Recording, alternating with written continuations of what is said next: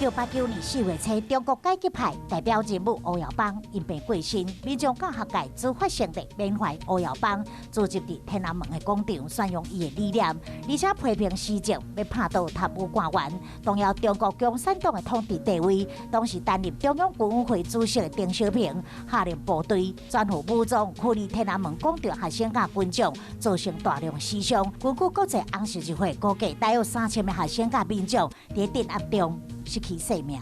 1999年，立法院三读通过分酒管理法，实施50档的分酒专卖制度，加入历史。民间会使公开参与分酒产销，不过为了有效降低食粉人口的数量，当时基金会当年提案修法，提高食粉的年龄在到21岁，建议粉片包装80%拢有印警示图文，将电子粉纳入防制管制。不过目前为止拢无通过。另外嘛，希望有效规范外国人来台设立分厂的投资案，保护国人免受损害。